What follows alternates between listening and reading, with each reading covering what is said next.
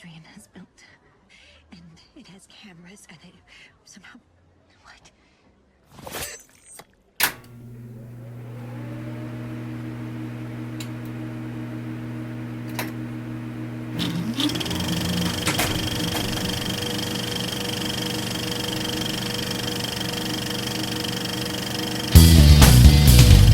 You're listening to the League Podcast Do-Over, The Invisible Man 2020. I'm Matt Dursin.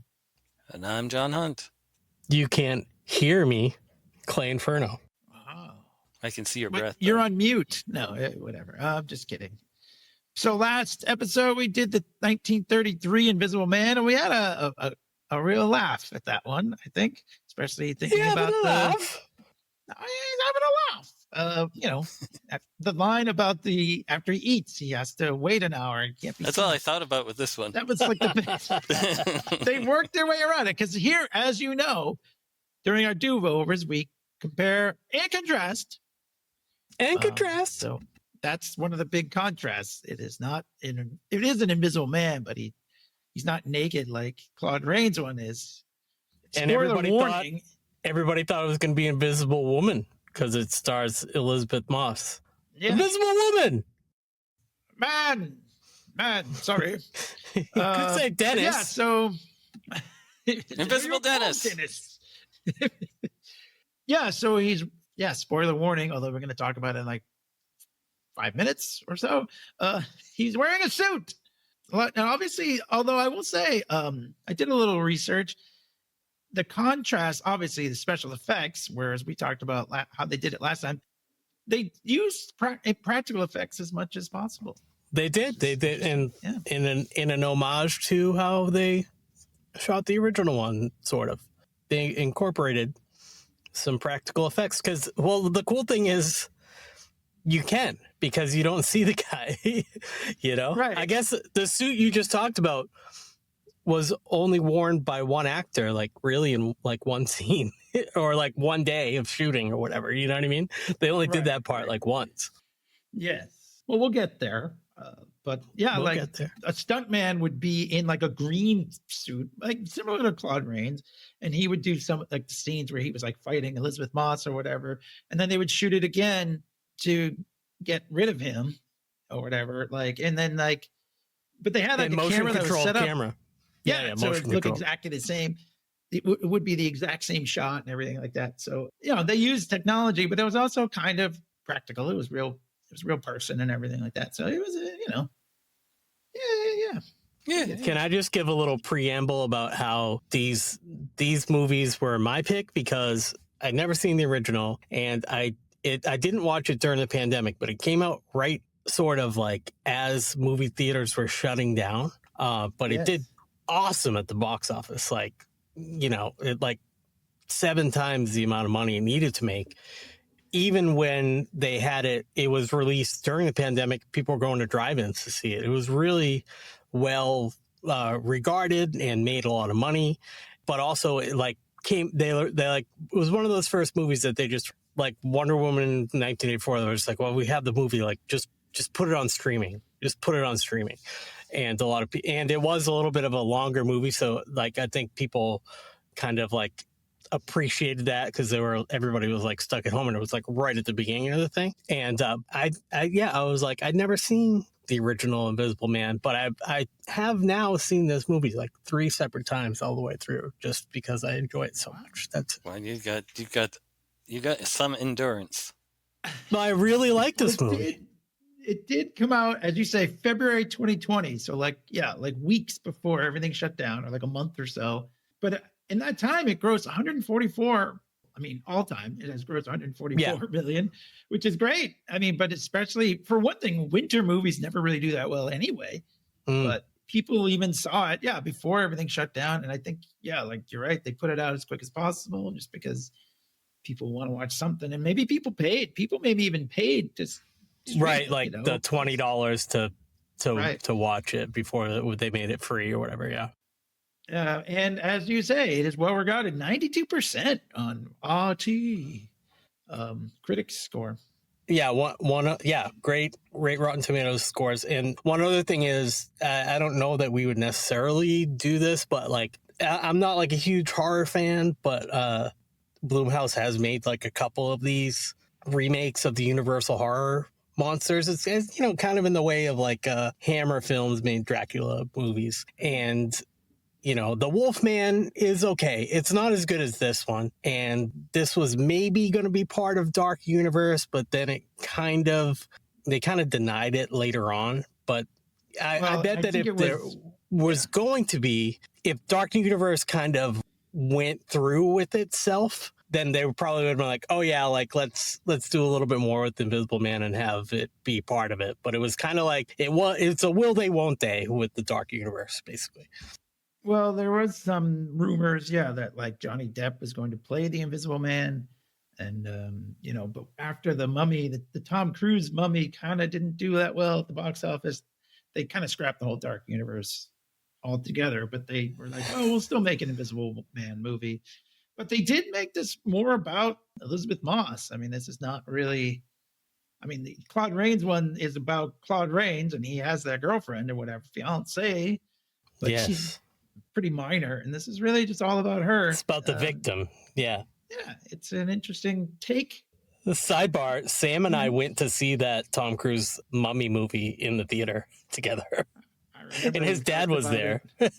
Oh, nice. Did you take the train with him? Was he your chaperone? All right. A joke that nobody will get. But anyways, well, let's get into this. So we got some cool credits. I did like that. The credits are kind of neat as the waves are crashing and, like they're no musical score at the beginning here. They had something written, but they dropped it and said, let's just have it be a little bit more spooky, eerie. We go into this fancy house that's on the water there. Elizabeth Moss is in bed. It's weird. Like, this isn't a knock on her, but it almost kind of looks like she's smiling. At one point, I'm like, wait, is she what?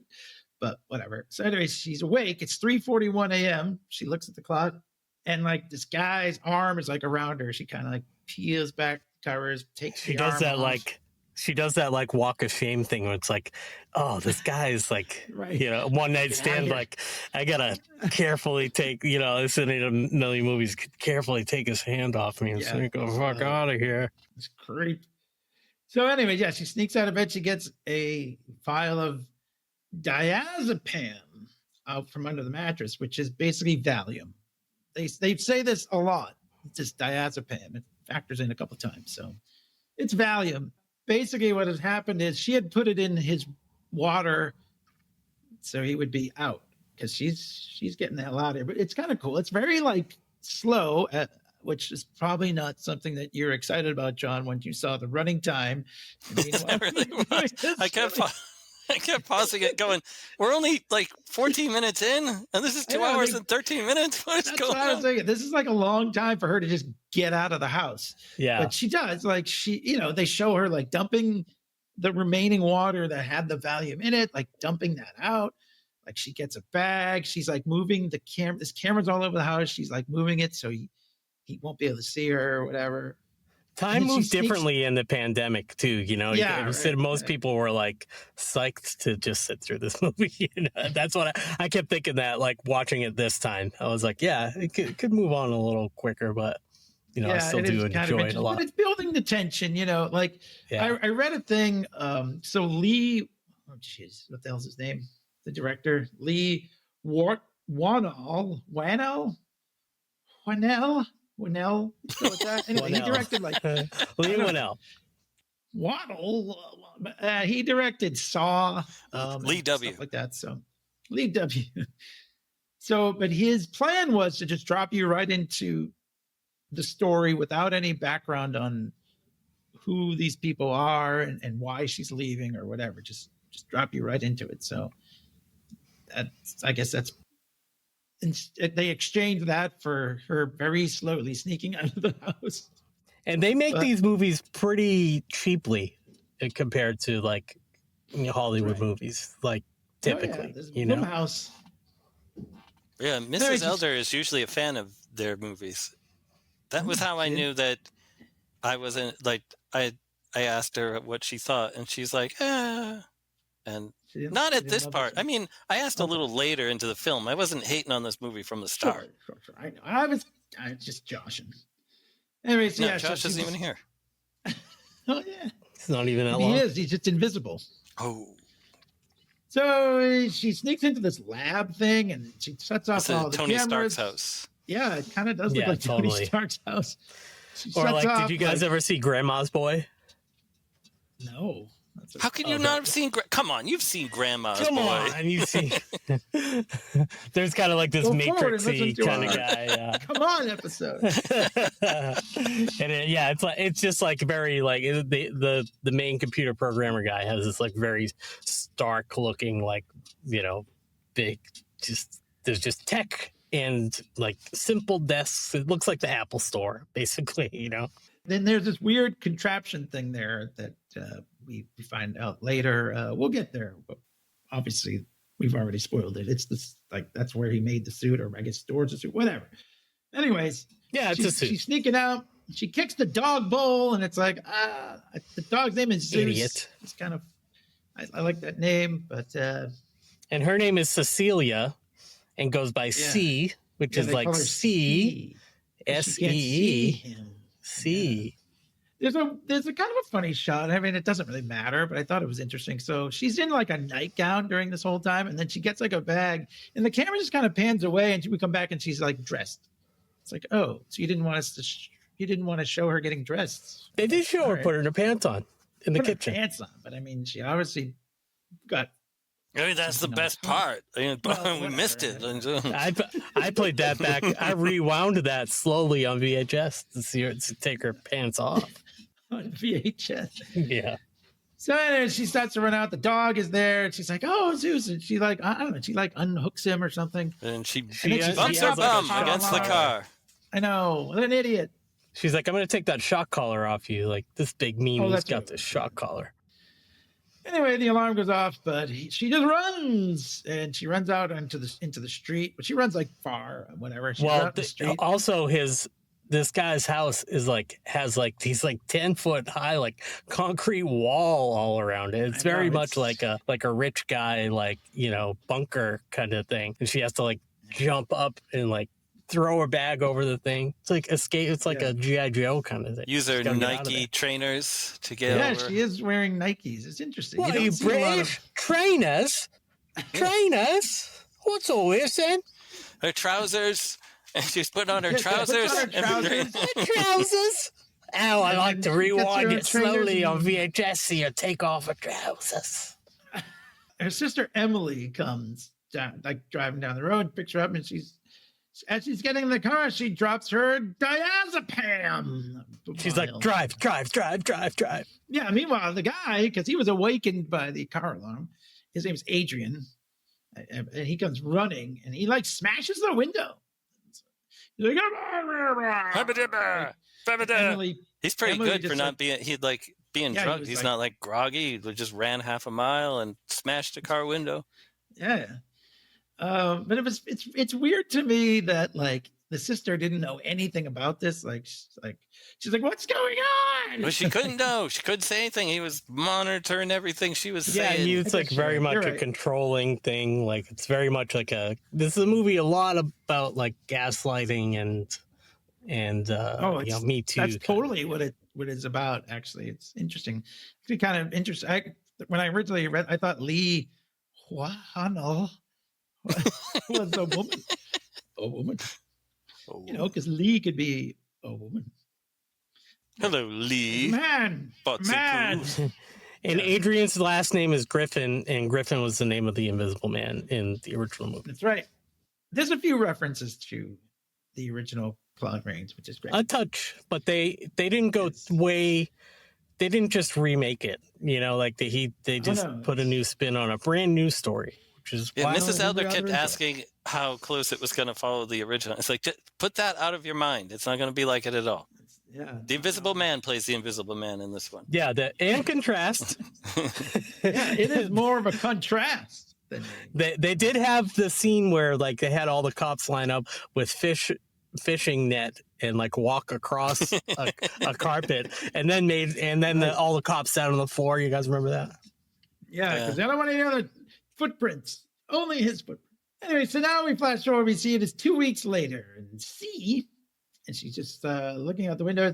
She's at this guy's house. I guess her friend. They never really say. They kind of say like, "Oh, we're friends," but they don't really get into. Yeah, it's like actually a friend of her sister Emily. Yeah, that's what I was. But the reason is that he's a cop. That's why. Yeah, he's protecting her. His name is Jason. He's a highlight of the movie for me. I really like this guy. James. Oh, James. Clay. Chip. His name is James. Hey, it doesn't matter. Well, I know how he was related to her. Yes, you did. You did know. I did not know that. But anyway, so he's trying to help her. He's like, why don't you go out to the mailbox? Because apparently she hasn't left the house in 2 weeks. So he's very nice. And she does go out to check the mail or whatever. But then a jogger is coming by and she's like, and he's like, on your left. Yeah, right. That had to have been Adrian. Well, I mean, we don't know. Messing with a regular guy. Oh, hey, run by her. I don't know. I don't think so. I think he was fucking with her head. I mean, maybe. But anyways, yeah, she is very paranoid that he's going to come after her because he's such a control freak and psycho and everything. She does the thing. A lot of people do this. Cover their laptop camera.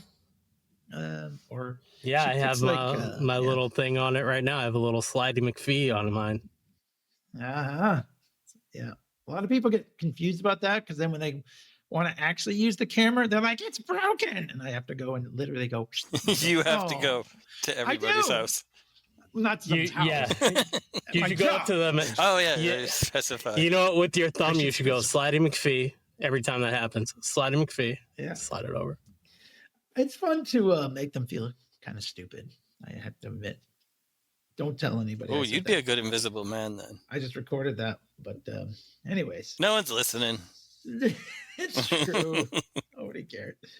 Anyways, so Emily, the sister, comes and she's like, hey, Adrian is dead. He committed suicide. And we find out a lot here about what was going on because she tells her, no, I guess she's like, he was abusive and he wanted to have a kid, but she didn't want to have a kid with him because then she's like, then I'd never be able to get out of here. And so she was taking birth control or whatever. But then she gets this thing in the mail because she goes out to the mailbox. And it's a letter saying that she was his heir. So she has now inherited $5 million of Adrian's money. I'd like to have it. That's good enough for me. Me. So she is told this by Adrian's brother, who's also a lawyer, and his lawyer. And $5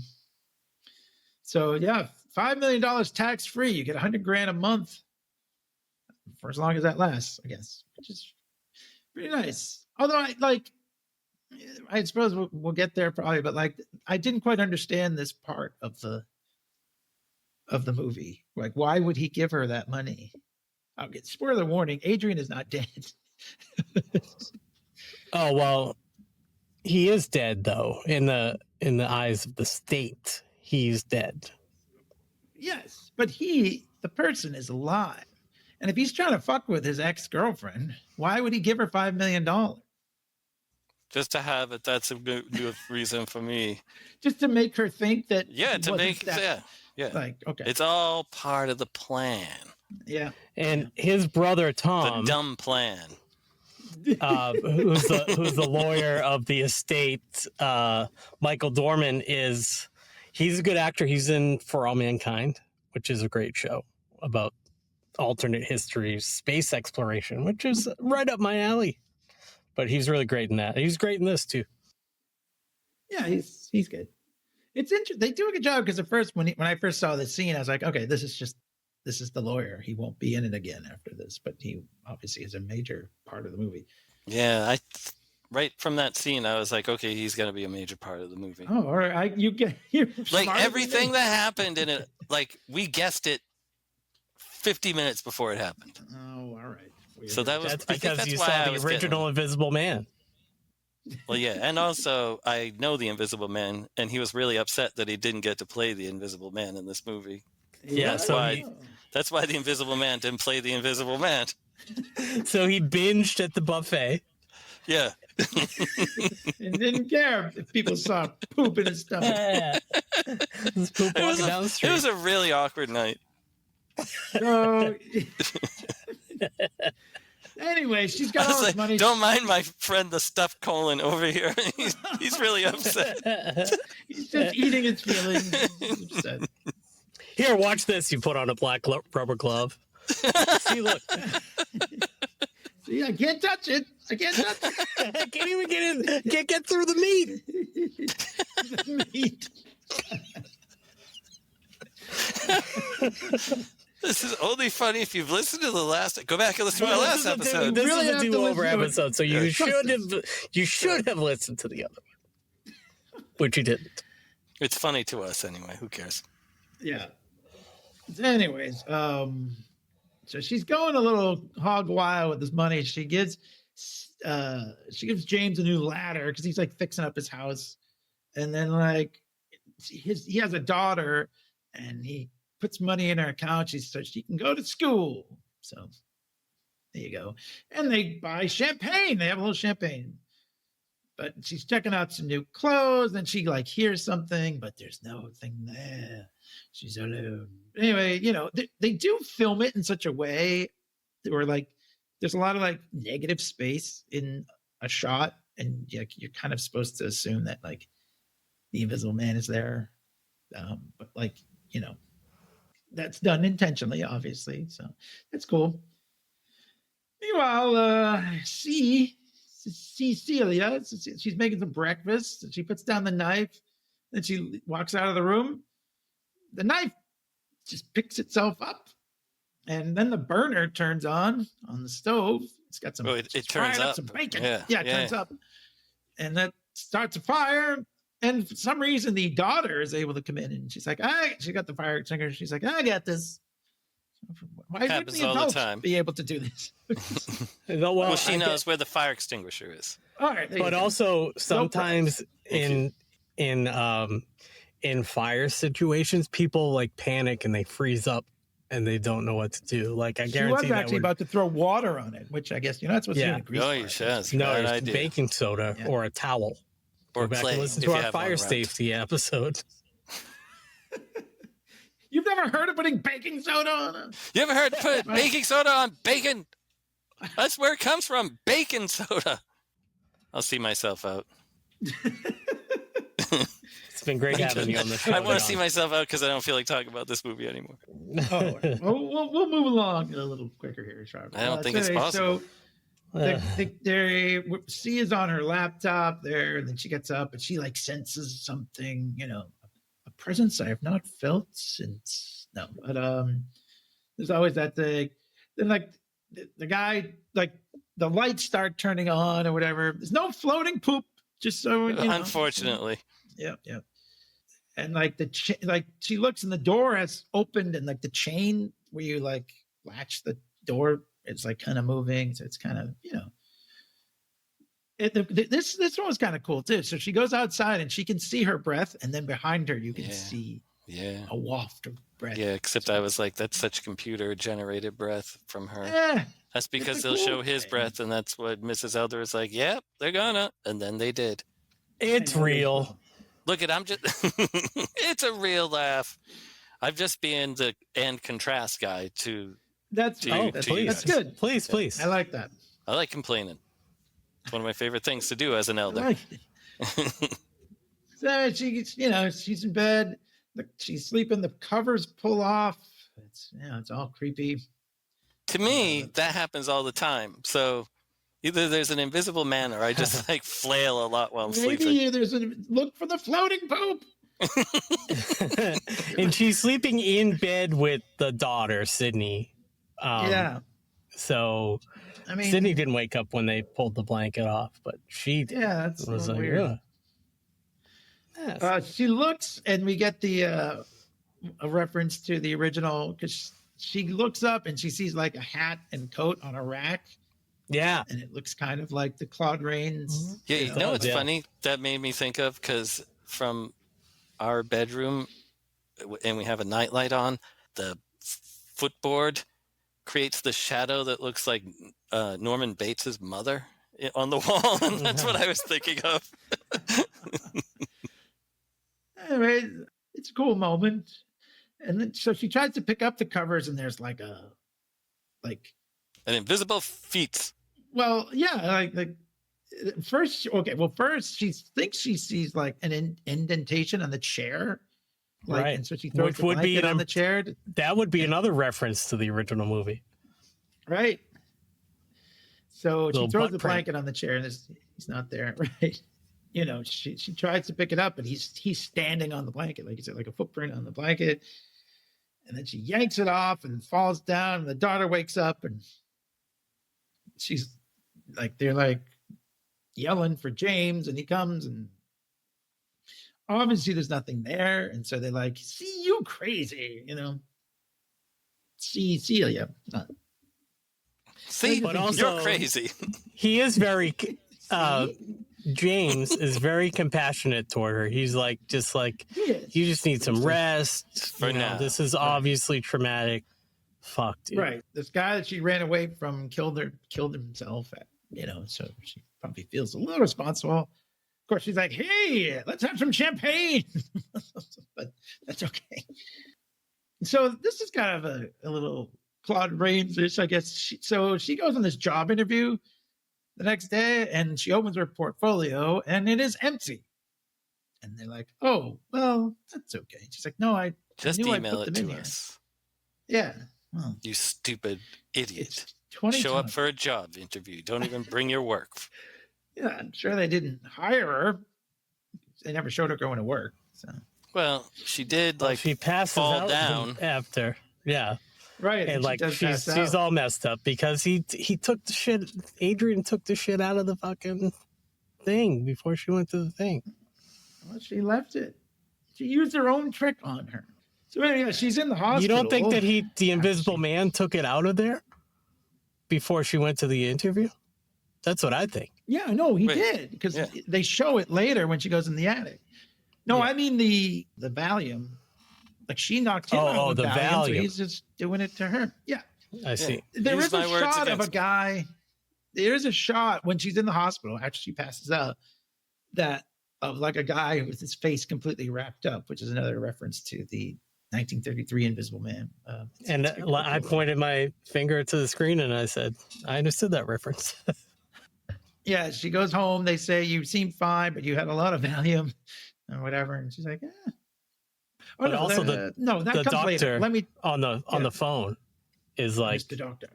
There was a lot. So she's in the shower and the phone rings and she says, "You'll have to speak up. I'm wearing a towel." But the blood test, they get the blood test back and they say yes, there was diazepam, and so she goes in, but also back to the sink, and there also the doctor keeps saying, there's something else I want to talk to you about. There's something else I want to talk to you about. And it kind of fades out because she's horrified because there's a bloody diazepam vial on the sink.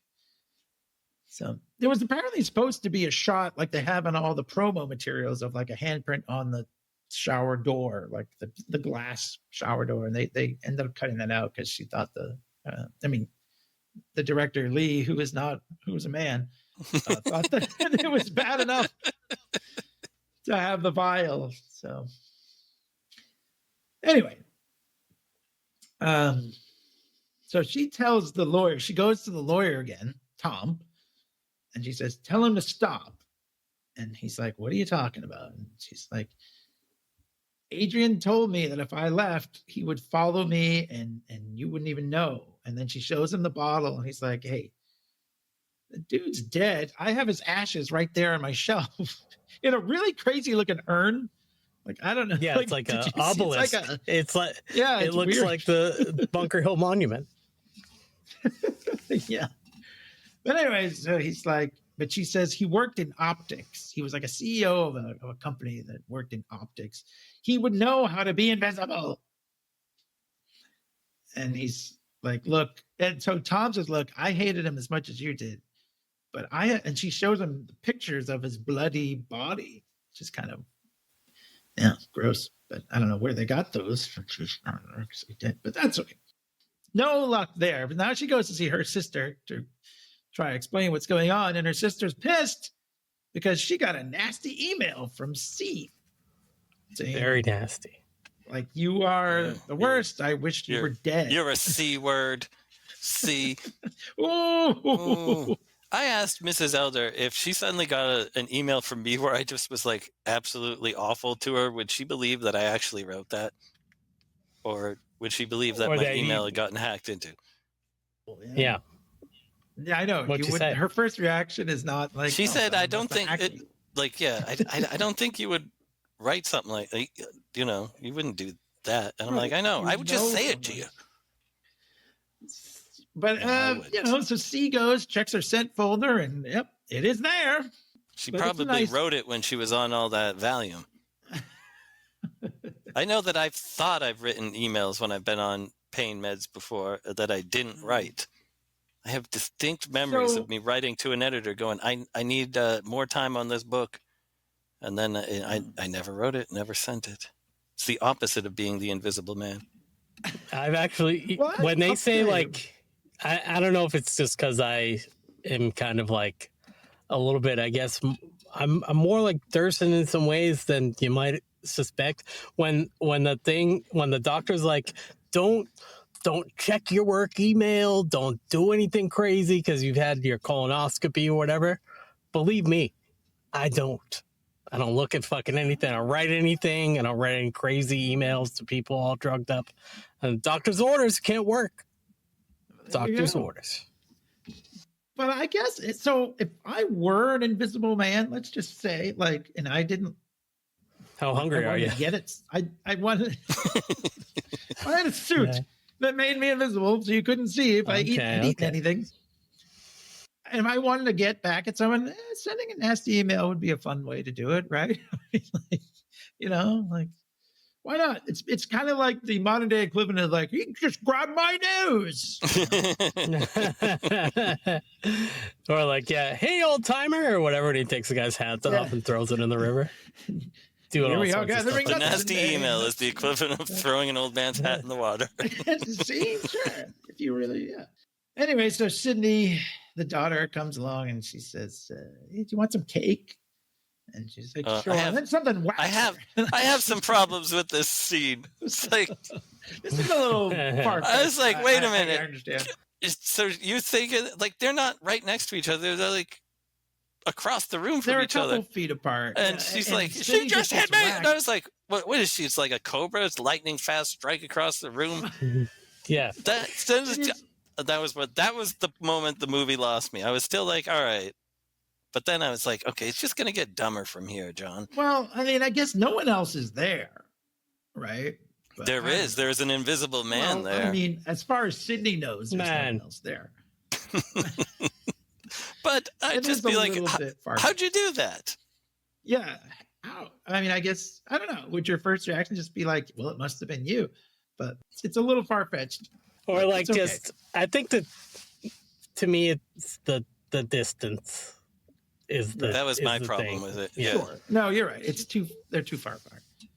But then anyway, also, James imagine if that happened to you, how would you describe it if you only see two people? That's what I mean. Like, no one else is in the room. It's two people. I got punched by somebody. It must be you. I guess that's what we're saying. Well, why would I punch you across the room? I don't want cake. I can't eat cake. I got gluten problems. Cake is stupid. And you're stupid. Why did you punch me? I just offered you cake. What if I did that to everybody? I hate girls' night in or whatever you said. We have cookies. Yeah. No, I want the cookies. I just want to. So James comes running in. Punch someone. He's pissed, and he tells her he's like, "We're leaving. You better not be here when you get back. You got to go to your sisters." Better be invisible. Well, that ain't happening. She's not going to the sisters. So well, I don't necessarily have an invisible bitch. I don't have a problem with it. Listen to our Reservoir Dogs. I don't have a problem with it, but why isn't he just like, get the fuck out? We're staying here, and I'm going to lock the door behind him. That's a little backwards because the movie won't happen. Out. He's giving her a little bit of time to clean out, I guess. It's whatever. Clean out her drawers. So, her trousers. Because she shit herself. If she was invisible, you'd see it. So, not if you're wearing a suit. Sorry. So anyway, so she's like, I know you're here. I dare you. So she grabs a knife. She pours coffee grounds like all over the floor, and she kind of sits in the corner. Yeah, she makes it. This scene, she makes a big mess. Big mess. Yeah. And they must really expect her to be doing a lot of packing. I told you to leave. Now you dump coffee all over. It's 4:13 in the morning. Why are you still here? Yeah. And like that, I don't know. Now I don't have any coffee for the morning. I'm a cop. I need my coffee. I know. Ow. So, we get a little background. She kind of just like rambles on about like stuff of their relationship, whatever. Can I say something about her? Her teeth don't look real. Like she looks like she has veneers on. It just bothered me the whole time. It was just like distracting to me. I'm not saying she's not a lovely lady. It's just that her teeth were just sort of. She's lovely. Were just really weird looking to me. But why her? Sorry and ashamed. Why me? So then she gets this idea to call him, and the phone starts buzzing in the attic. So she goes up there on her new ladder. Phones in movies make way more noise on the vibrate mode than they do in real life.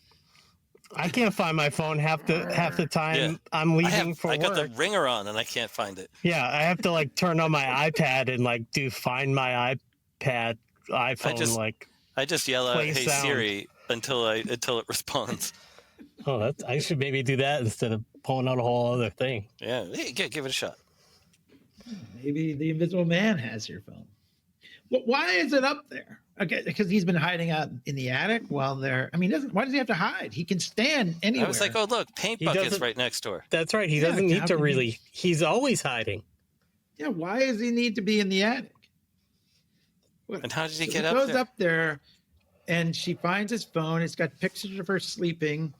There's the knife is in the bag, which he took off after the whole breakfast thing. At Tiffany's. Her portfolio stuff is in there, so she's like, oh, and then she gets a text that says surprise.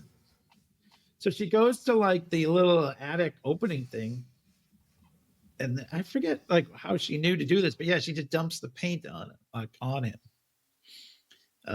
And you could see it go like over the invisible. Did he grab her or something? I kind of don't remember. I can't remember. Doesn't matter. I knew they were going to go with that.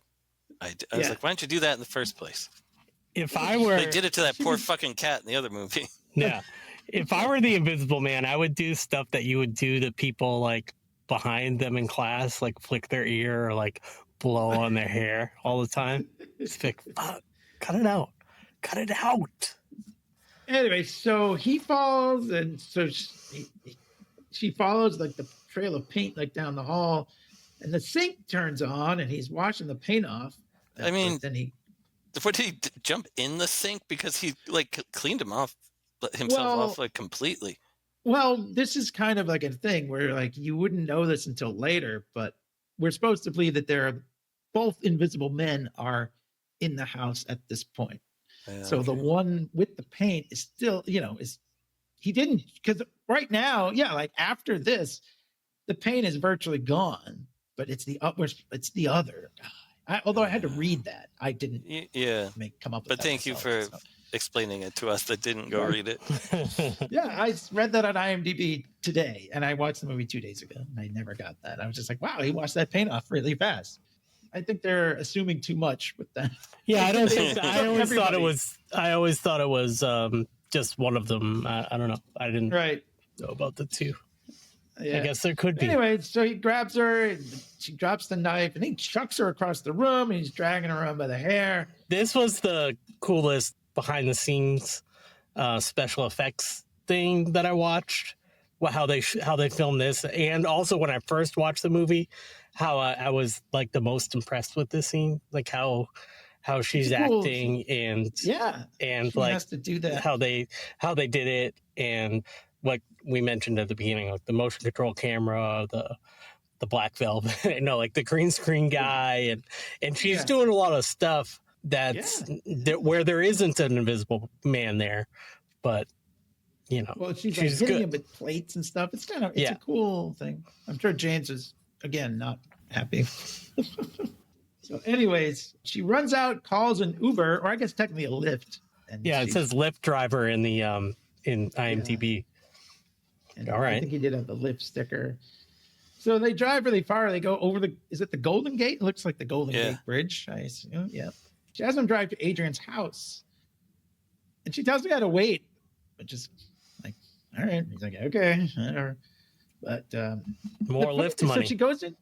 Yeah. Time is money. So she goes into the house. Zeus is still there. Like, supposedly this guy killed himself and no one took the dog. Yeah, no, his furniture's covered in plastic, sheets. But yeah, like, I guess that's the thing. Even if you think what I thought was the brother is like going over there and feeding the dog, but why wouldn't you take the dog and give it some attention? Dog with you. Yeah.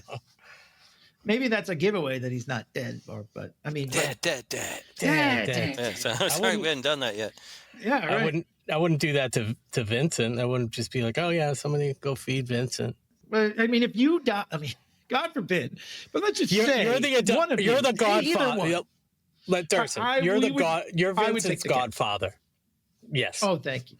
Rachel would be so happy. Not that you were dead, but if something were to happen, she might be mildly amused. Who knows? I haven't run this by Stacy, so if I do die and the cat goes to like her mom or something, then that's don't be mad at me. I'm delightful. Dead. I don't give a fuck. No, I mean, you would both have to be dead. I mean, whatever. It doesn't.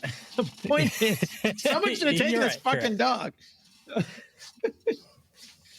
So she gets into the lab. She like knows the code. Actually, she figures out, oh, it's our anniversary. Yeah, we were like, Mrs. Elder figured that out while she was punching it in. She's like, either birthday or the day they met.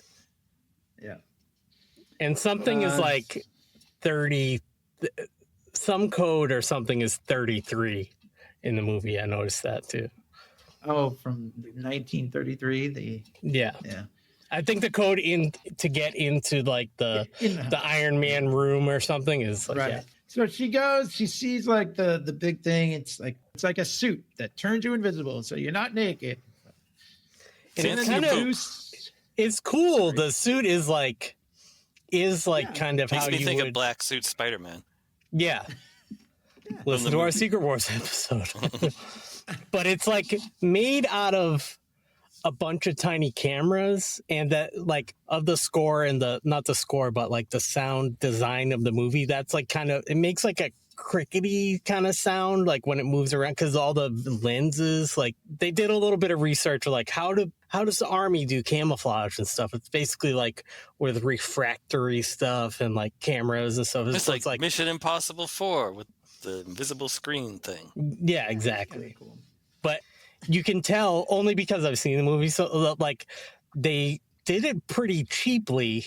There's like kind of cool CGI of that, but like then they just cut to like basically like a little sample of what that cloth would be with the cameras on it, and like make all the cameras move around a little bit. And then they're like, they kind of trick you into being like, this is the suit, just by like cinematography. Yeah. It's kind of like you're watching this movie, just, go with it. This is how, you don't really need to find out every little detail about how this thing works. It's a suit that makes you invisible, but it's like something with cameras and mirrors or something or other. Yeah. So Zeus starts barking. So she's like, oh my God, he must be here. Whatever. She takes the suit off the thing. And then she goes and puts it in the duffel bag or something. Yeah, right. It was like the same closet I think she had hidden like her trousers in a bag to go earlier. Because it's like a big fancy rich guy closet with like all sorts of like almost like Iron Man suits, but like regular suits, like on dummies and stuff like that. so she sees like the footprint in the rug and she knows he's there and she runs and she runs and runs. She goes back out to the car and the guy waited, which was nice of her. And she's like, go, go, go, go. And she drives away. She calls someone. That guy's like, I better be getting a fucking tip for this. This chick is I think nuts. I think she did. He's like, yeah, that's pretty far. Yeah. It's far. And she's like frantically on the phone to her sister. Like, yeah, Emily, I need to see you. We don't know it's her sister at first, but when she's like, yeah, we have to meet in a public place. But yeah, in the next scene, we see that it is her sister. Her sister is not happy.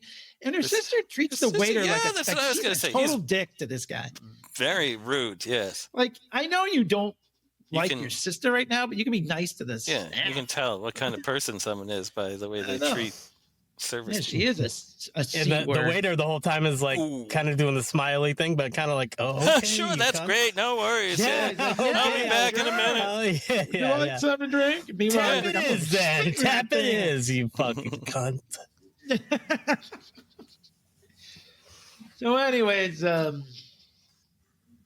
she's talking about, like, I know he can make himself invisible, whatever, blah, blah, blah. And then all of a sudden, nowhere, this is kind of nuts. The sister's throat just slits and the knife is instantly zoomed into her hand. Thrown, I guess, into Cecilia's I was like, I'm out.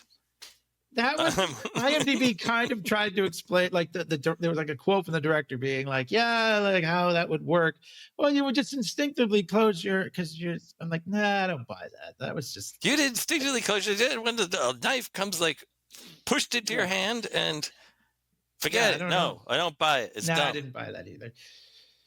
But the point is, her sister is. But then go back and listen to our North by Northwest episode because she's holding the bloody knife. The funny thing was about the bloody knife. Oh, sorry. What's all you're saying? Holding the bloody knife. The sister kind of like falls down on the table, and she kind of just looks like she's asleep. She's not. She's not like I don't know how you would. Pretty. I gotta say though, like as far as like gore and blood and gross, pretty horror movie gross. Like cut there's across a lot the of fucking blood. throat. Which is what big old pool of blood. She passes out like she does in the at the fucking architect place, and she's just like, ah. I mean, what else? They would actually you do? Your sister just shoot her up with. They shoot her up with something. Like they shoot her up with. Yeah, I was thinking, where are we gonna go? Looney bin or brewery? Eh? I'm taking you to the looney bin. Yeah. Go back and listen to the Strange Brew episode for that joke. Or not. So. James is in there, I guess, because he's a cop, and like he's able to be there while this doctor is questioning her. Yeah, but he's also, I guess, maybe he's a cop, whatever. But he's like, so did you send your sister an email saying you wish she was dead? I thought they were both cops. Yeah, I can't remember. One guy seems like the one guy is wearing like a suit and everything, so he must be more of like. And then it's more of a cop. It's James. It's the her friend James, there, right? James is there as well. Yeah. So then she's like, look, I have proof, but I can't tell you what it is. And they're like, well, we can't really do much for you. Because she's like, he's listening. So then I think he's talking to you. Jinx. So does she, I mean, I know she's just freaking out. She just saw her sister's throat get slit in front of her and everything. But like, can the invisible guy get in the police station? He can do everything. I guess he can rule the world. That's right. Says. Anyway, so that guy leaves and James is there and he's just like, look, hey, I feel bad for you there, see, but he doesn't think that. But you crazy. Man. Yeah. They're going to put her in the loony bin, eh? But so she's talking to another doctor and that doctor says, look, did you know you were pregnant? That we looked at the blood test. I think the invisible man's making creaky noises. Which one? I don't know. There's two of them. The one not in pain. Yeah. Oh yeah. Sorry, I talked over. She's pregnant. She's pregnant. And preggers. Preggers. And they mentioned earlier that she was taking birth control, and she's like, "But that's impossible." It's like, well, I mean, birth control is not 100%. But anyways. So Tom, the lawyer, he goes to see her and he's like, just so you know, the trust was contingent on you being mentally competent and not committing Not a crime. slicing throats. Yeah. So bye-bye money. And he's like, look, I feel bad. I know you gave all this money to your friend there, so she'd go to school, but yeah, that ain't happening. And then she calls him a jellyfish. She's like, you're the jellyfish version of Adrian. It's like, oof, No spine. that's a real zinger. You're like school on Sunday, no class. I don't think I'm familiar with that one. You don't know that one? You don't know that. Come on, you know it. Come on, you've heard that. Yeah. You're just making it up. I probably have. Anyway, so You're anyway, slower than molasses in January going uphill. That was Mr. Reynolds. You're as nutty as a fruitcake. Nutty as a fruitcake. So anyways, so Tom does admit to being kind of in cahoots a little bit. He says, no, do you think we didn't know that you were taking birth control? We switched it out for something else. But he says, if you agree to have this baby, like the money goes back and all of this goes away. Somehow. Except you still murdered someone. I don't know why you would think that everything would go away. Well, I mean, except for that little thing called murder of your sister. Yeah. Mm-hmm. We'll figure out a no prize answer. Don't worry. But yeah, he's basically telling her, yeah, Adrian is alive. And if you just agree to go back to him, it'll all go away. But anyway, so he's trying to like get her to sign off on all that she'll do all that. And then she gets mad. She throws all the papers down, grabs a pen from his briefcase. They made it a point. Yeah, I'm going to get the papers. They made it a point to show that he had like a fancy gold pen, you know. She takes that. It's very Terminator 2 when, what's her name? Linda Hamilton, like, kind of did that, right? Well, she's a big fan of calligraphy. No, it wasn't a pen. I think it was one of those big paper clips, actually. Or maybe, I think it was the top. I've only seen Terminator 2 once, and that was in the theater, so I'm not the person to ask. Anyway, but she gets the pen, and she grabs some of the putty stuff, but I don't know what that was supposed to be. She uses that to stick the pen up in the shower. Oh. Yeah. Huh. All right, thanks. Hey, no problem. That's what I'm here for. I'll go back on mute now. So they make a point to mention, like, they show the TV and the weather is predicting rain. And they're right, it does rain. So meanwhile, I guess that's supposed to be the inspiration for Cecilia, because, yeah, she goes back in her room. She goes into, like, the shower thing, and, yeah, she has stuck the pen up there. It's one of those sharp pens, and she starts to slit her wrists with it. And she's like, I'll show you, Adrian. And then so he grabs her, although he's invisible, and she's like, there you are. And she stabs him with the pen. So the pen is mightier than whatever else I had handy. That my pen. My pen. That guy's my pen. So the suit starts to like malfunction when she stabs him. You know, so the guard comes in and he sees this sort of partially invisible man, and then he grabs the taser and tases him with it. So the taser is like the guard. I would like to point out that there is in this hallway cameras that security people who are sitting at the front desk in a few minutes don't really acknowledge, but we'll get there. Yeah, they're not really paying attention, I guess. So Cecilia runs out. The guards like grab her.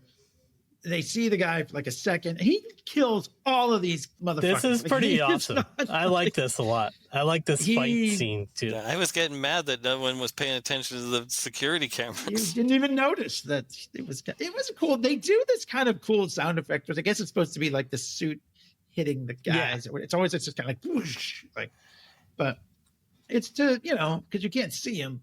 They kind of heighten up the audio a little bit, but it's fine. It's cool. It's kind of like the Netflix Daredevil like hallway fight scene kind of thing. Or it's just like Darth Vader and Rogue One.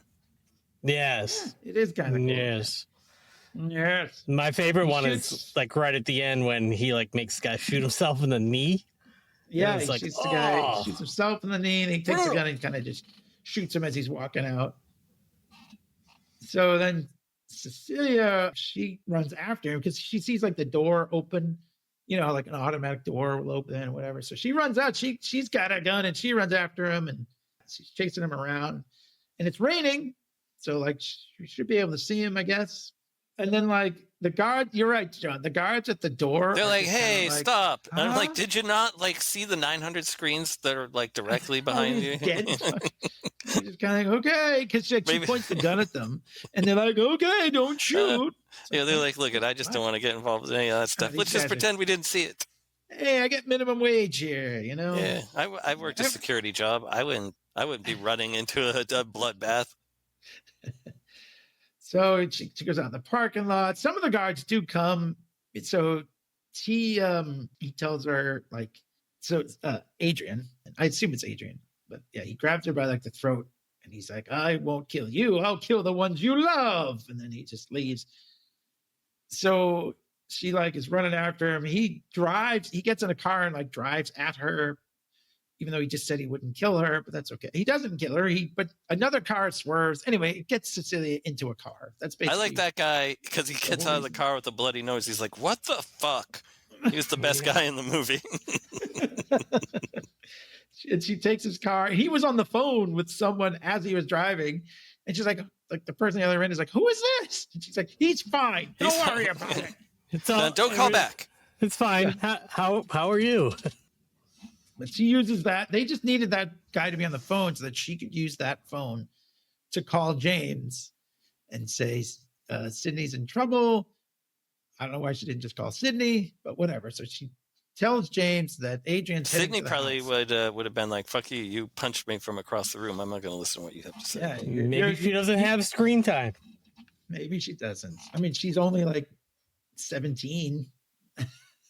Whatever. It doesn't matter. So this is another part that I only knew this from IMDb, but we're supposed to be that this is the other invisible man because he is here instantly. Like he's already at the house, even though Cecilia was like right behind him, following him down, like driving to James's house. Thank God. Again, for it IMDb. sounds like they're just trying to get a IMDb, no Well, prize. or something. Yeah. spoiler warning for the next fight scene, I guess. But yes, you're right. Right. It's the other Invisible Man, which is The other Superman 4. his brother, not her brother. Yeah, so meanwhile, yes, Sydney has pepper spray, which she actually showed earlier in the movie. First of all, like Mrs. Elder is making jokes about that. She's got pepper spray next to her, and it's like, wait, it works through that mask and stuff. Covered with cameras. All right. I mean, you could see his breath. So somehow True. something- So all there's right. some Okay. holes No there. prize to you. So she uses the pepper spray. He grabs her, whatever. James comes in and he gets the shit kicked out of him. Yeah, Like- he's useless. So Just kick where you think his Cecilia- balls are, for God's sake. So Cecilia comes in. She's got a I did fire. like his she sprays fight. a fire extinguisher. Too. I did like the fight with James. Just like I don't Well, know it's how cool they to filmed it see him and just- stuff. I Yeah, just like the that's part where funny. he's being held up by the tie and then put down on the ground. I was like, Oh, yeah. that was good. Yeah.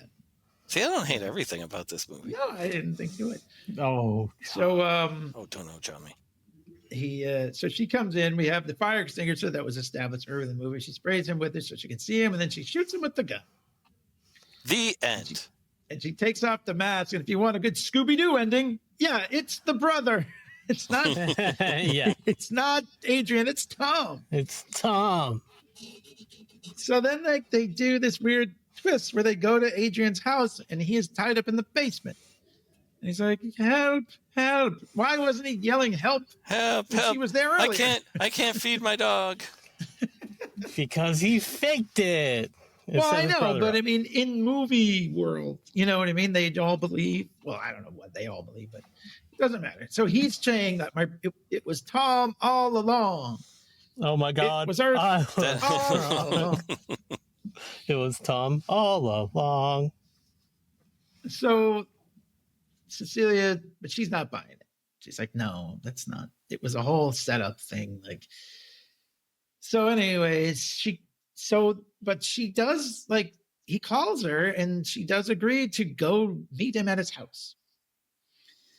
And she's all dressed up. She's got a nice black dress and everything on, and whatever. And he's like, She's "Oh, you're looking at great." Meow. Yeah, he's As got like. I think she's an attractive lady, but she is very dressed up and looks nice here. And I know you like Mad Men, Durst, right? You like Mad Men? Yeah, I loved her. She was great in that. I never saw the Handmaids. I didn't either. And then Stacey was loving it, and then was like, "This is a little getting a little too real. I don't want to watch it." She's like, "I love it, but I don't want to watch it anymore." I think a lot of people felt that way. Anyway, so he's like, I didn't know what to make. I have like 3 things. She says, I'll have steak, which at first you're like, this is really weird. Yeah, he has like steak, sushi, and I don't know, like salmon Italian, or something. I think like Italian or something like that. I got nervous. I didn't know what to make. I'm glad you came over. Well, I mean, we know later why she chose steak, but because she loves a good steak. Well, I guess. Turns out there were 2 steaks. If you go on IMDb, you find out there were 2 steaks there. It was a brother's steak. Another steak. Oh. A dead steak. All right, so and 1 steak tied up in the basement. We all know. We all know what happens when the Invisible Man eats steak. You know what I mean? That's gonna take a while to digest. You gotta wait an hour. I can't get through the meat. Get to the meat. With the black rubber gloves. Oh boy! Still I like how the glove is how the black. movie should have ended. It's not just rubber. Yeah, it just specifically has to be a black latex. Adding more elements. So anyway, she's like, okay, Adrian, you got to be honest. If we're going to do this. Did we mention that the dude is sitting in the car? She's got like a wire on. Yeah, James is listening along. Yeah, that's right. Yeah, James is listening. He's the Alfred. So, yeah. He's being Alfred out in his lift. No, he drove. I was thinking more of Stakeout with Emilio Estevez. Oh, he's a sheen, you know. One of the worst movies you've ever seen. Oh, that's true. He is. Yeah. So, anyways, she's like, "Hey, we got to be honest. What?" And he says, "It wasn't me."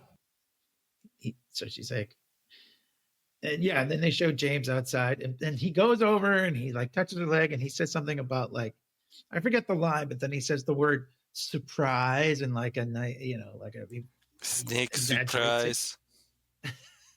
Because because he sent that text earlier and whatever, so that's kind of like an indication that like.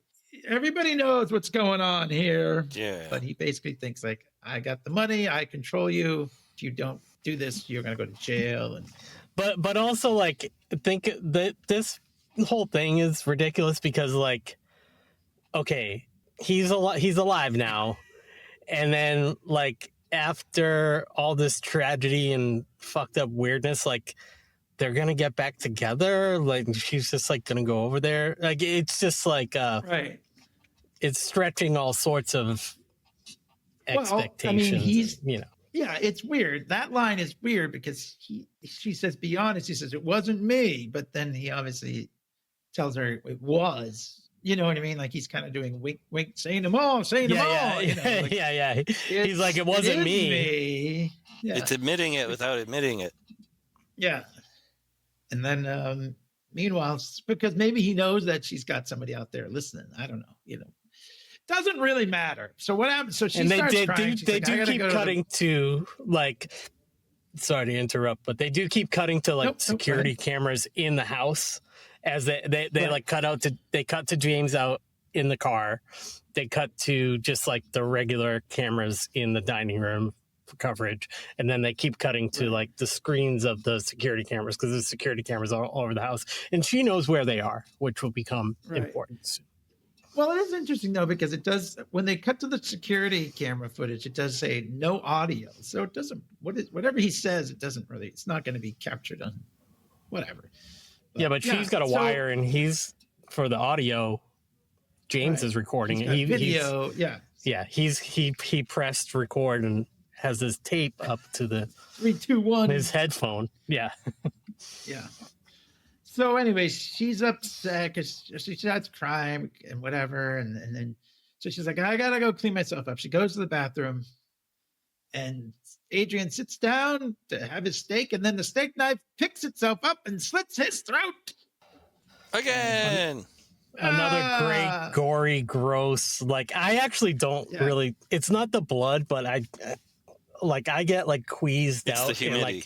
Like I totally get queased out watching both of those moments in the film which makes it a good horror film for me. I was like, ooh, that's No, right. You're not nasty. supposed to like it. I mean, Yeah. Well, some people You'd be a are like, psycho. yeah, it's fucking so There were- bloody, you know. There were But I'm way actually a little bit like, less "Ugh." jump scares in this movie than I thought there would be. Mm. yeah, that's good. It was more of a cerebral, I think. I guess if you're an idiot. But anyway, yeah. So like, and the knife ends up in his hand. Yeah, it's not really that cerebral. I guess. That's what they you're were an going idiot. for. Sorry, I'm just kidding.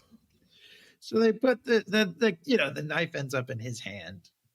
Whatever. So she comes out screaming. She calls 911 and she says, "Oh, I'm with someone. He killed himself." And then she just kind of like hangs up and she's all calm and she's like, "Surprise." So then James comes running in and she says, "He killed himself. There's security camera footage that he did it." And then he looks in her bag and he sees the suit. And the suit is like The kind of Invisible like Man suit. the suit is kind of like still like, I don't know, kind of active, and it kind of like winks at you. It's like, see, it wasn't me. Wink. So James is like, "All right, whatever." Like he kind of just so he knows, but he lets it slide, even though he's a cop and He's supposed to be a good cop, but now, now he's been corrupted. That's the next movie. It goes on Well, in its whole we'll other talk direction. we'll talk about that. maybe, but We'll that's get basically the end. I mean, it is the end. Not basically. That is how it ends. She leaves, and all the invisible men are dead. And I guess, did she get that $5 million? What happens there? Yeah, she must have, because she was already getting it. Which, I mean, she's not getting it. What happened to her killing her sister? Did that ever It was get fine. resolved? Yeah, it all worked itself out. Don't worry about that. Well, now it will because now there's even though she's run off with the proof that there's an invisible man by putting it in her bag. Maybe, I don't know. Well, there's the other suit. There's two invisible. Well, there's all men. the stuff in the house too when the cops show up. Right, and Tom had a suit, so I guess So it all worked out in the end, happily ever after. The end. She hates her crappy sister's dead. Yeah, her dick sister was mean to the waiter. Yeah. Well, before we get to whatever final thoughts, etc., there was, as soon as this movie came out and made so much money, and there was a pandemic and everything, it was like always like, and because it made so much money, it's kind of unusual that it didn't have a sequel. And that was 5 years ago. They are still sort of working on it. I watched a little Elizabeth Moss thing. She would be producing it. She's like, we're getting closer. We do want to do it. So that would be Invisible Woman, man. But it's like kind of not in like development hell, but it's been in development like sort of since then. Everybody like kind of wants to do it. It's like Star Trek 4. It's like we kind of want to do it. We're working on it. It's getting closer. I don't know. It's just kind of a thing. So it's not like there'll never be a sequel, but there's potentially going to be a sequel, and I hope that there is because I like the movie. I like it. So that's it. The end. Thank you for your time. We'll see what happens. I mean, you're right, because it made so much money. They, I'm sure they would, but it's kind of weird. Yeah, the pandemic probably delayed it, and now it's probably just been delayed. But I mean, on the other hand, I don't know that it needs a sequel, but that's not the way Hollywood works. So they probably will make one. And she would be the producer. You know what I mean? Like she would have money. She said her company was working on it, whatever that means. Like that would be with the original director or Blumhouse or Universal. She's a Scientologist. I don't know if I trust her judgment. Maybe she can use that $5 million that she inherited to make a movie. Just kidding. That joke didn't work. It did when you explained how it did. Well, it was her character that got the $5 million, not her. Character? Oh, she maybe, right. Yeah, she maybe had $5 million. Didn't inherit $5 million. Right. If she doesn't, she's not the Invisible Man, really. She doesn't have one of those suits. You could very easily take a black rubber glove and you would just hit her flesh and you would see it. No matter what kind of status her food was digested in. Steak, sushi, or Italian. I mean, I feel like, yeah, I mean, whatever. The movie kept my interest. I will say that, like, it kind of, I think they wrote it backwards, which is probably what you're supposed to do. You know what I mean? Like, I feel like some of these things were inserted just because they were like, oh, well, yeah, wait a minute. You know what I mean? Like, I still don't know why you would give her that money. I guess just to fuck with her, knowing that later on he could say, like, look, you can still have the money if you just come back to me, I suppose. Maybe that's it. I'm explaining it to myself here now, but there's a few little things you're like, whatever. But it's a horror movie, and this is kind of what they do. You know what I mean? Like, I didn't, whatever. Are we jumping to final thoughts? Sorry. Yeah, I'm go going for right it. in. Because you're kind of doing it. Why don't you go first? I'll go next, and then John can bring us all down. I'm starting. Yeah, right. Yeah, I mean, it kept my interest, but yeah, like there are a few things, and you're just like, well, okay, but sometimes you gotta let it slide. I was, there were a few silly things, but I was entertained. In fact, Elizabeth Moss is great, and like she has to carry the whole movie. You couldn't do that with anybody. I don't think. You know what I mean? But they did do a lot. I guess it wasn't too heavy-handed, but like they are doing that, like as you said, sort of gaslighting, kind of like like this horrible boyfriend, controlling boyfriend, and all that. So like that's kind of, it's a nice metaphor, I suppose, for that.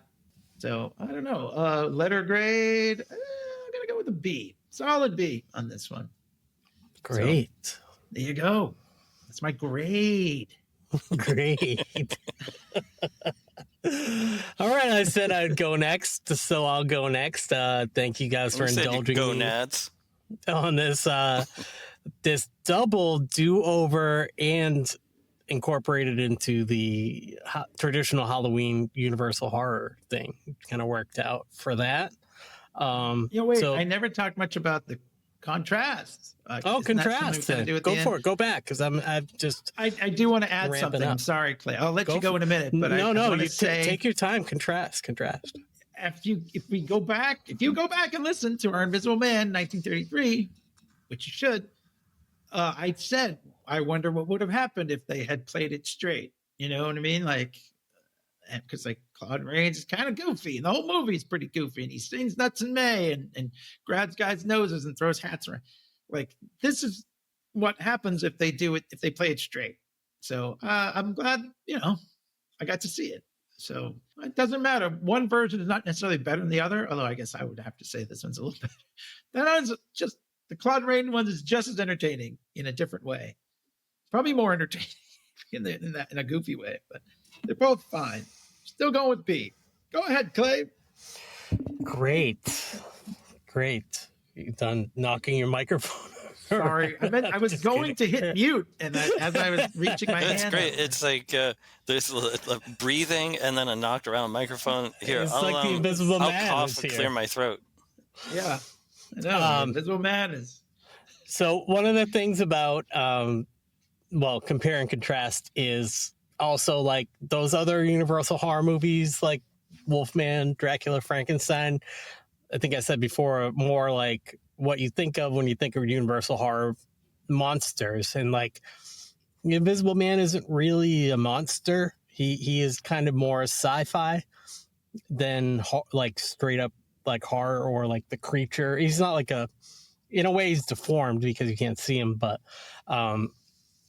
just like on the contrast thing, that's kind of why I went deep into like both wanting to do these movies. So I'd never seen the original, and when I did see this movie, maybe last year or something, and I just was like, wow, this is like really fun, really great. And I did watch the Wolfman Blumhouse one because I was impressed by this one, and I wasn't. I mean, that Wolfman movie is okay, but there's been 1,000 like better like Wolfman movies than the one that most recently came out. But as far as this movie's concerned, I just really like the psychological thriller kind of manipulation, and I did like even if they were minimal or there were some CGI and stuff like that, like the idea of like invisibility as like a superpower or like the Invisible Man suit, kind of bringing it into like the Marvel universe, kind of like, oh, I put the suit on, now I'm invisible. Like, I just thought it was really cool. And I just really like this take on the Invisible Man. It's definitely different. It's mostly contrast. There's like 1%, or there's, Easter eggs, which is, I think that's all you really need to have, especially with the Invisible Man, because we don't have like a Dracula relationship with him, So I really like this. I thought Elizabeth Moss was amazing. I'm glad that the movie made a lot of money. I hope they do make a sequel. As far as this is concerned, I'm going to give it a flat A. Thank you very much for your time. Very Flat A. well. Well, I know it sounded like I hate this movie and that I was down on it and I was just picking it apart, but I really kind of enjoyed it. Like, I'm going to give it a B+. Oh, I'm kidding. I'm giving it a D. I actually was bored out of my skull. This movie, as you said, is a slow burn, but more like no burn. If it went any slower, it'd be going in reverse. It's every sick burn. It's every cliche that I could think of. Mrs. Elder and I saw every single, we were like, oh, that's going to happen, and then that's going to happen, and then it all happened, and so it was just not fun for us. It's not the worst movie I ever saw. If Clay made me watch it again at gunpoint, and he was invisible and stalking me, and I would watch you on the it back again. of the ear. If he was taking like an invisible feather to my nose while I was sleeping or something. But you just see a black latex glove and the feather, but you don't see me. The performances are fine, but everything was just aggravating me. I was just getting frustrated at the whole movie because things would just happen to make things happen. It'd be like, we have to make this plot point happen so that a knife will come flying across the room into her hand after she kills her sister. And so I was just annoyed at the movie for throwing out every trope possible. So D from me. Thank you very much for your time. And Bartles and James. No one's giving us time. I will make a couple of conceits to what John said. That it's always amazes me when you guys are like, "Oh, I saw that coming my way." I must be a fucking idiot because I never see things. Well, it's a psychological thriller for idiots, or whatever I said. Yeah, you're an idiot. Cerebral is the word. Oh yes. Obviously, if I know that word, I'm not an idiot. Yeah, I will concede that watching it this time, it was. I knew that it was building up to that third act, but it did seem like in a Dursin kind of way, like kind of long. But I didn't feel that way when I first watched the movie, and also, I think horror movies are a little different than other movies in the way that they are pretty dumb a lot of the time. Like even the best horror movies are like kind of stupid, but I'm just saying, like, I see where you're coming from. And I see where you're coming from. And I'm glad you enjoyed the movie. I have nothing bad to say about people that enjoyed the movie. I know I just said they were idiots. They're not really. Just kidding. And pandemic time was like, time moved in a different way. So if you were to have seen it when everybody was locked in their house, like, I'm not saying it would have made the movie like slower, but you might not have noticed or something. You know what I mean? Like it seemed like it was like perfect for the time. It was perfect for the time when it came out. I'll be honest, because how I am with movie length, and I'm like, oh, it's over 2 hours. It's going to take a while. They're like 20 minutes of credits. It's not really over 2 hours. It like really stops at like 2, but it says it's 2:07. It said it was like 2 hours and 13 minutes or something. Right. And I was like, that must include the Peacock commercials, which are like 2 blocks of like 150 seconds. Yeah, it's a little obnoxious. But it didn't seem.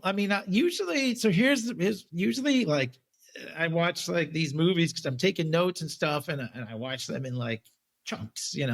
This one only took me like a couple chunks, I guess, and that's usually a good thing. Like if it doesn't take me too long to watch it, it's a good sign. I'm not saying it. Yeah, like there were a few things cliched and whatever, but it held my interest. So yeah, like also I wanted to finish it because I thought like if you're using my Peacock password, then you're gonna like watch it. You're gonna turn it on. It's gonna be like 40 minutes in, and you're gonna be like, "What the fuck?" But I didn't have have to go back to the or whatever. Yeah, but you didn't have. Well, I finished it, so that was the thing. So it worked out for everyone. But it didn't. I didn't feel rushed. I was like, yeah, okay, I can finish this today, and I did. So that to me is the sign that it's kind of cool. It was. That you enjoyed. You didn't fidget or sigh. Exactly. Was that you didn't really complain about the length, and you were like, and even when we were first, like when you started watching, you're like, yeah, it's pretty interesting so far, kind of thing. It is definitely different, like it's way different than and contrasts to the original movie like 1,000 times. You know what I mean? It's nothing like it's. Some of our other do-overs were very similar, right? I mean, like the Cape Fear and Thomas Crown, and did we do another one? Yeah, Manchurian Candidate. Oh, Manchurian Candidate. Yeah, one was good and one was terrible. That was the difference there. That was the yeah. But still, like it's kind of the same. Yeah. Only that there is an invisible person walking around. Like there is almost no. Oh, I actually do like the fact that they weren't similar. Yeah, like they're completely different movies, except it's called The Invisible Man. It reminded me of completely different.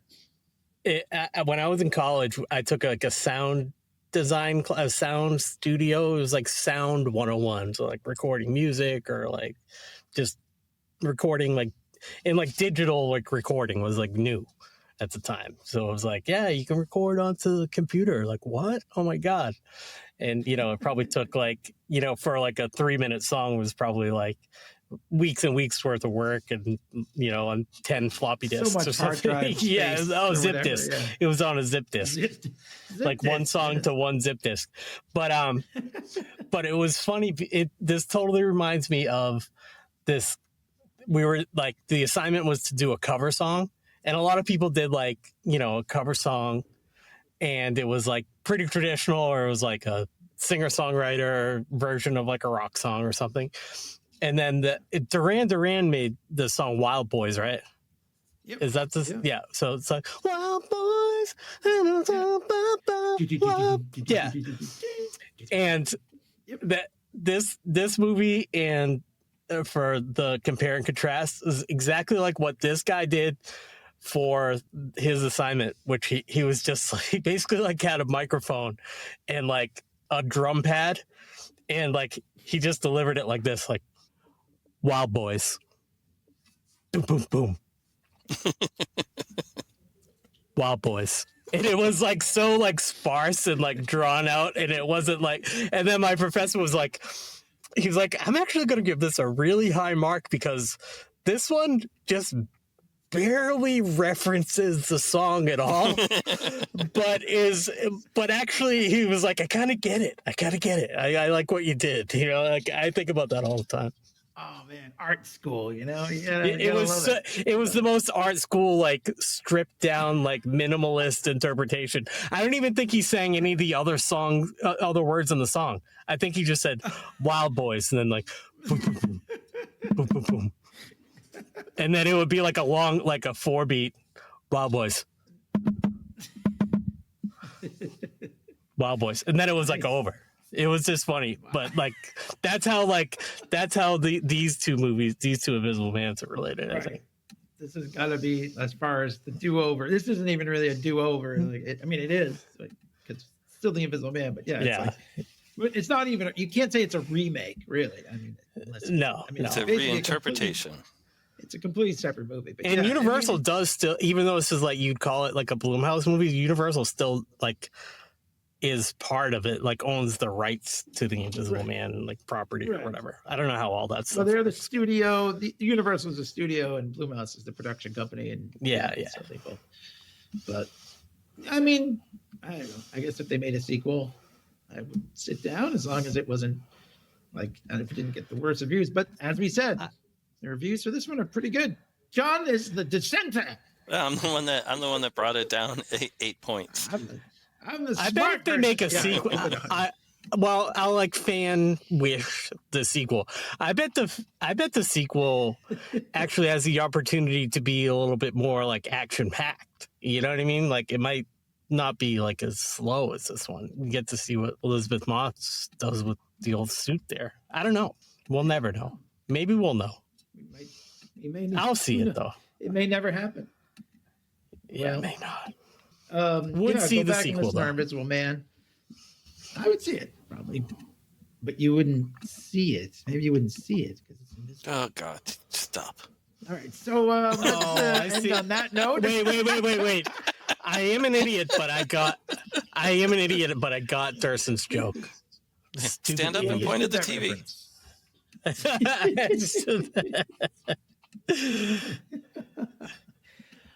Meanwhile, you can hear, at least if you listen to we're not previous it's not the deaf man.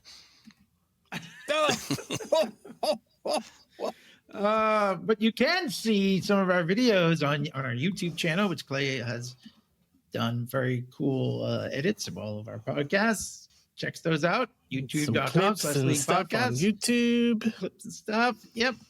Don't go to Facebook though. Subscribe. Yeah, I won't see much there. Well, the page is still there. I just can't access it, which is a bummer. I actually put a couple things up this week, but you can check us out, LeaguePodcast.com, or wherever you get your podcast. Just find us, League Podcast. Thank you very much. Search for League Podcast on YouTube. Search for us. Yeah, search. I think it's like we get League more of... like credit if people do searches. No, but it's not League Podcast on YouTube. But it's on our website, LeaguePodcast.com. You can get Wait, what? So you don't go to youtube.com/LeaguePodcast to get it? No, I keep telling you that. Don't say that. It's like League of Ordinary Gentlemen. All right. We lied. But you can search League Podcast. I thought you were smart for knowing big words. Yeah. I'm an idiot. It's actually League of Ordinary Gentlemen on YouTube because we couldn't get League Podcast. Oh, okay. Whoever came up with that. It was me. You. All right. Well, You son of a bitch. You can find us on YouTube. Just search for us. Jesus. Type Or in the League word of Ordinary us. Gentlemen. Look, subscribe, and then you won't have to search for it anymore. Right? Subscribe. Hit that bell. Subscribe.